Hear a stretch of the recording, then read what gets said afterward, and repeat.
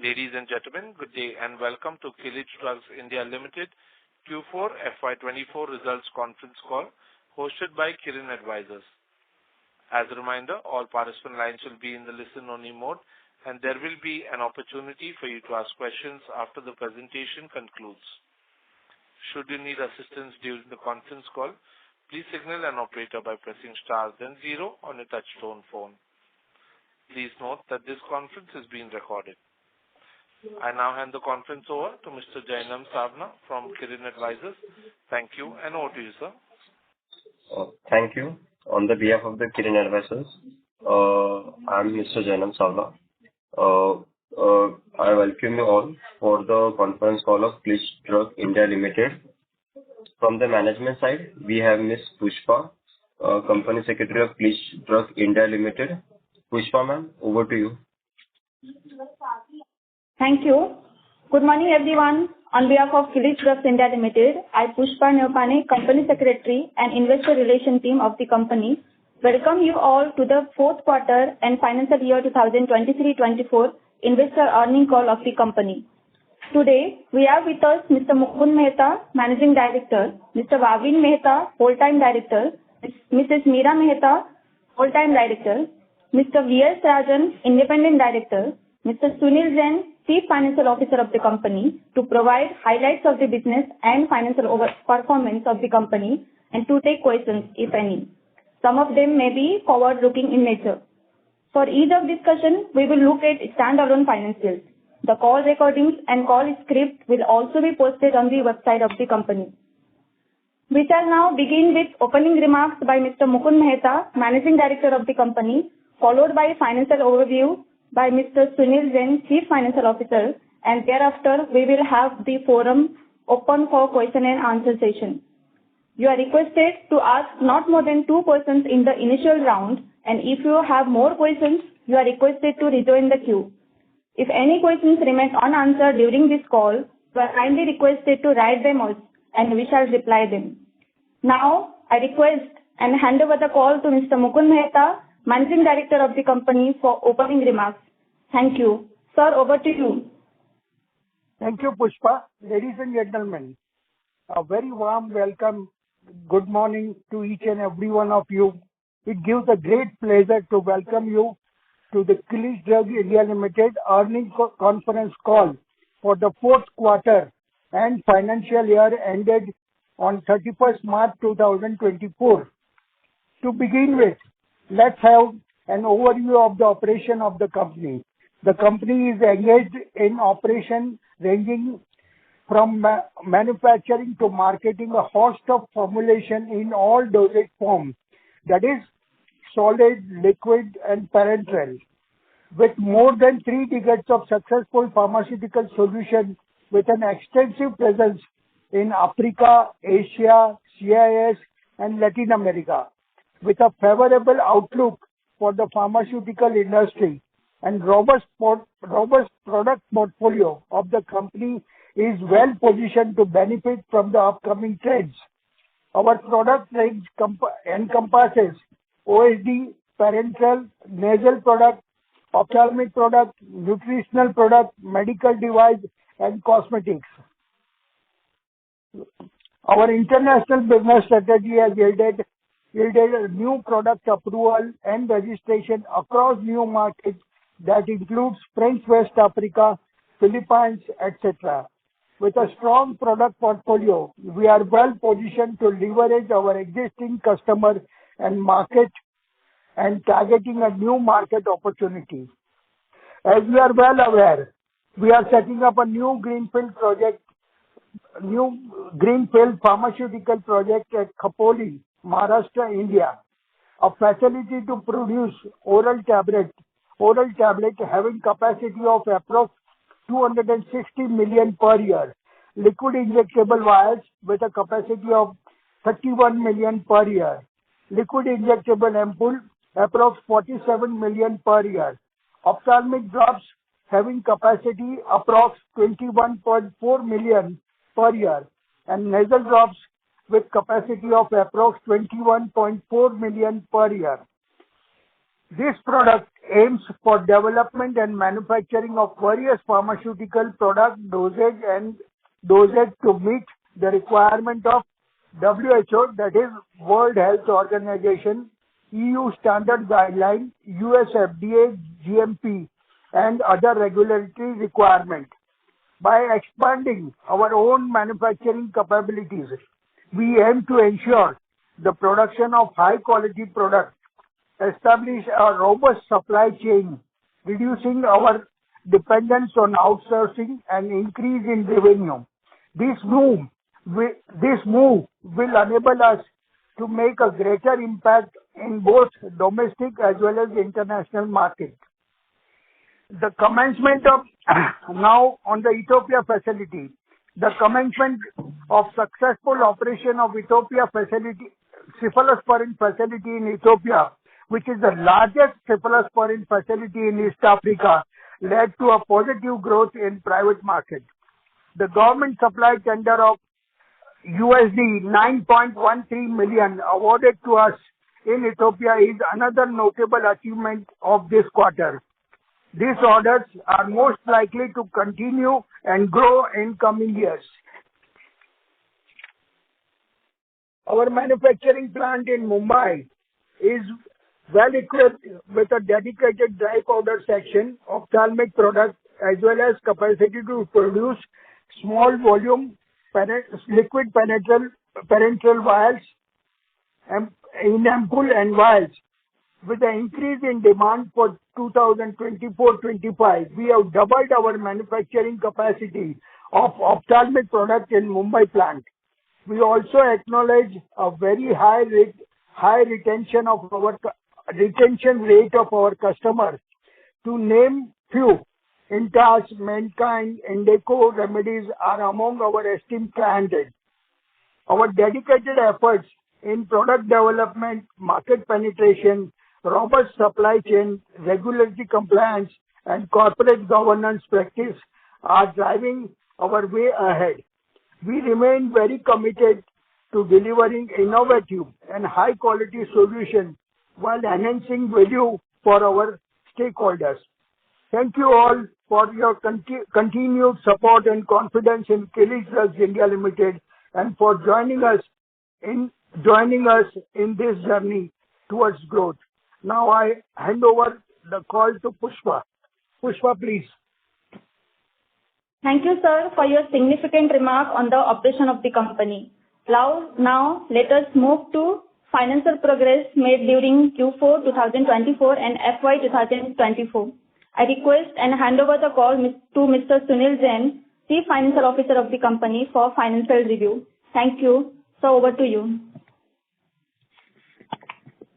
Thank you, Pushpa.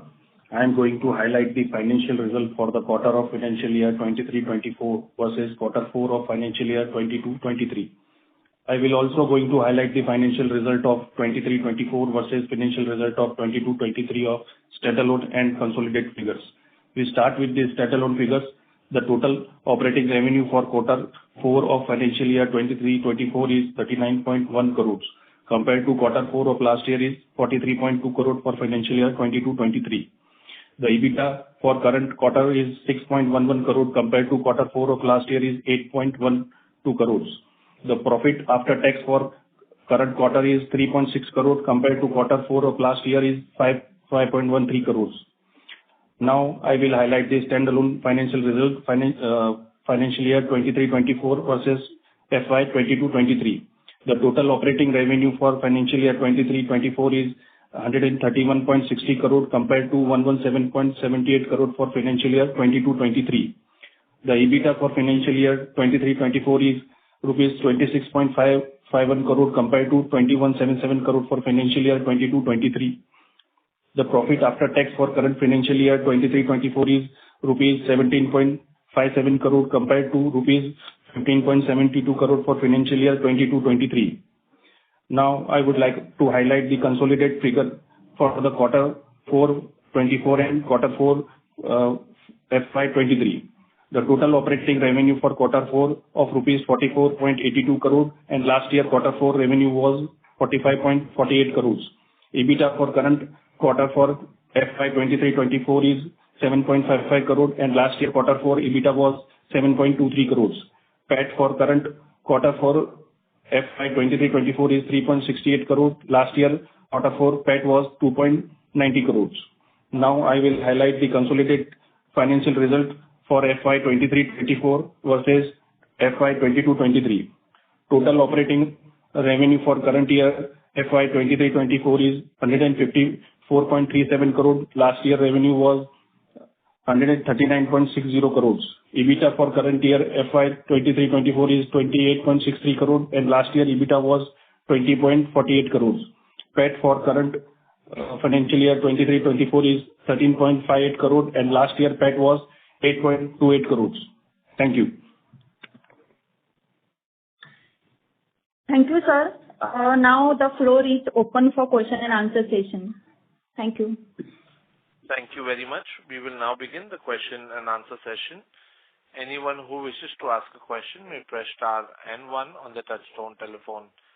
If you wish to remove yourself from the question queue, you may press star and two. Participants are requested to use handsets while asking a question.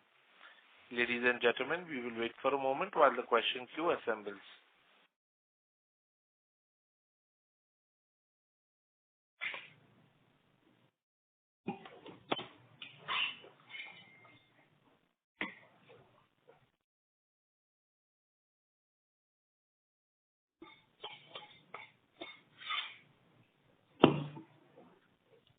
The first question is from the line of Kashish Shah from Sushil Finance. Please go ahead. Hello. Yeah. Thank you for taking my question. Sir, I had a couple of questions from exports and angle. First is, sir, how is Ethiopia doing as compared to last Concall which we had in June 23? So, are there any major other significant changes as other than the big order from of 9.13 crore? My first question is that, and second is from a currency angle, has the issue settled or how is it? What is it right now? Pushpa, I will answer. Hello. Yes, sir. Yes. Yeah. Regarding Ethiopia facility, I am delighted to note that a government has given the first order of this 9.13 crores. $9.13 million. Now, in that particular thing, currency risk is also absorbed because government is giving the currency 55% of the order in a foreign currency. So there is no risk at all. And we will be able to mitigate all the foreign requirements. And that's how. And I'm hoping that it will repeat every 6 to 9 months or at least a year. Same thing, same order for a couple of years or more than that. Because we are the only supplier of cephalosporin in Ethiopia, and there is no other thing. One more thing. So, Ethiopian government has decided to give incentive and the orders to the local manufacturer as a first preference. So there is nobody in cephalosporin. So we are to get that order for a continuous years together. That is what I hope so. Okay. I hope I have answered your question. Yes, sir. Sir, anything from the private player angle? Come again? Sir, any orders or any sales to private players in Ethiopia, or is it only to the government right now? No. I mean, we are doing a very good in private players also. Ethiopian market is divided into two. 70% government supply, 30% private market. Up till now, what was happening due to currency shortages, we were not able to tap the whole private market. But with the flow of this government funds, we will be able to mitigate that differences. And now onwards, I hope that the private market sale also will come. There is no dearth of a sale in Ethiopia. You can say that it's a seller's market. Whatever you produce, there are buyers to take it. Okay. Thank you. Okay, sir. Thank you so much. All the best, sir. Thank you. A reminder to all participants, you may press star and one to ask a question.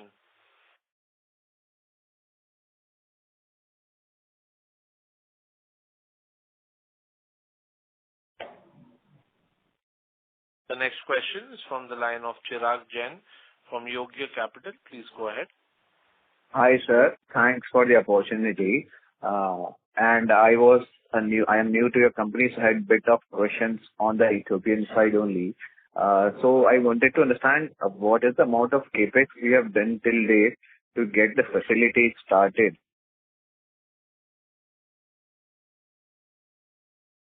Hello? Am I audible? Yes, sir. Hello? Okay. So, should I repeat my question?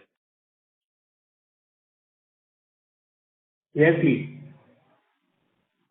So my first question was on the Ethiopian market facility side. So how much CapEx we have done till date to bring the facility on get started? Okay.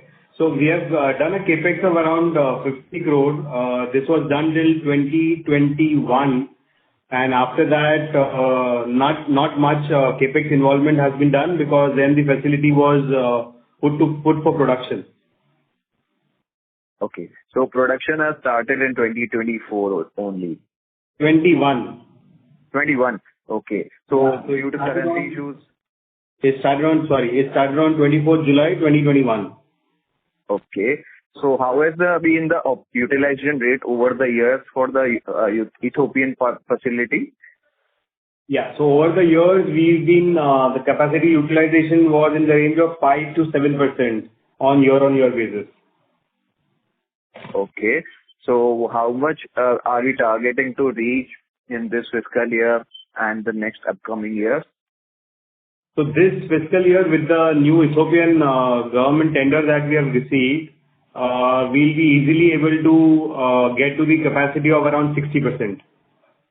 Okay. For the whole year? Yeah, for the whole year, because we'll be starting production from Q2, that is next month. So that is why this Q1 we'll have to let it go. Okay, got it.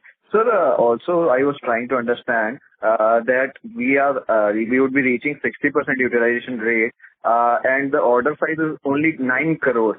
So how is that? $9.1 million, not 9 crore. Okay, I misunderstood. Okay, fair enough. Next on the, you mentioned some incentive that we are going to receive from the Ethiopian government. So could you give some color on that? Incentive is in terms of the first is the income tax, which we have been getting because it's a 5 years benefit. And when you are a local manufacturer, you get 25% price advantage when you are quoting vis-a-vis any outsider. Means if they import, example at $1, then we get $1.25. That's the policy that they have adopted. Okay. First is the income tax advantage and second is the currency advantage. So we would be getting two advantage. Sorry. Second is the price advantage. Okay. Got it. Next on the investments that we have on our balance sheet part. So we have investments of approximately 20 crores and we have also borrowing of similar range. So what is the policy behind that?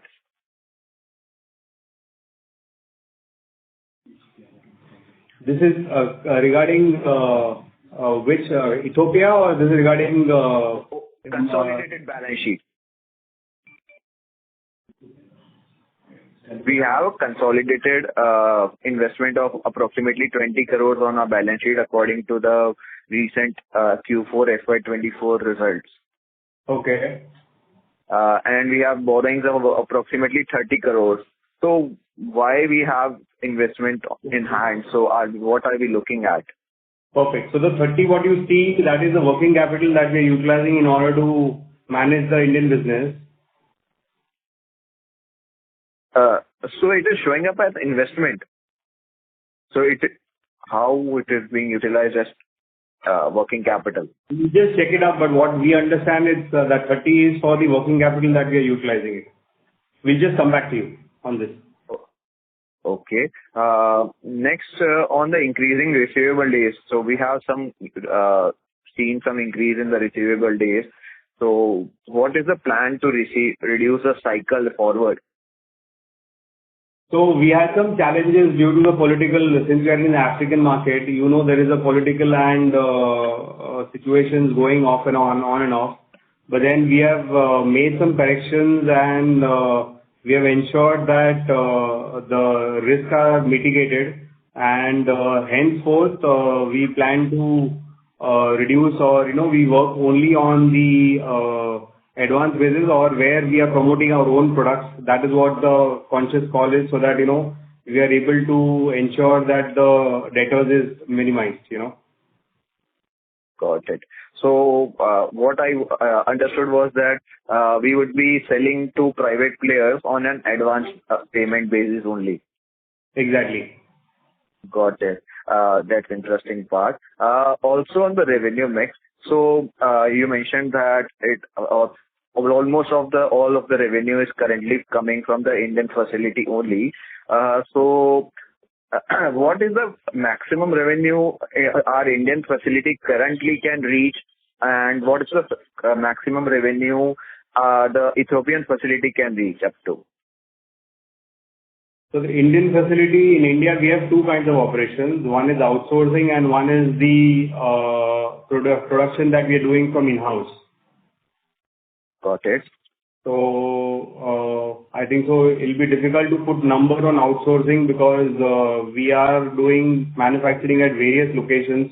So it just solely depends on the flow of orders and the amount of sales you want to do based on the orders that you have received. Correct. And based on the Ethiopia, what we can foresee is this 9.1 million order that we have received, that will be triggering in this year.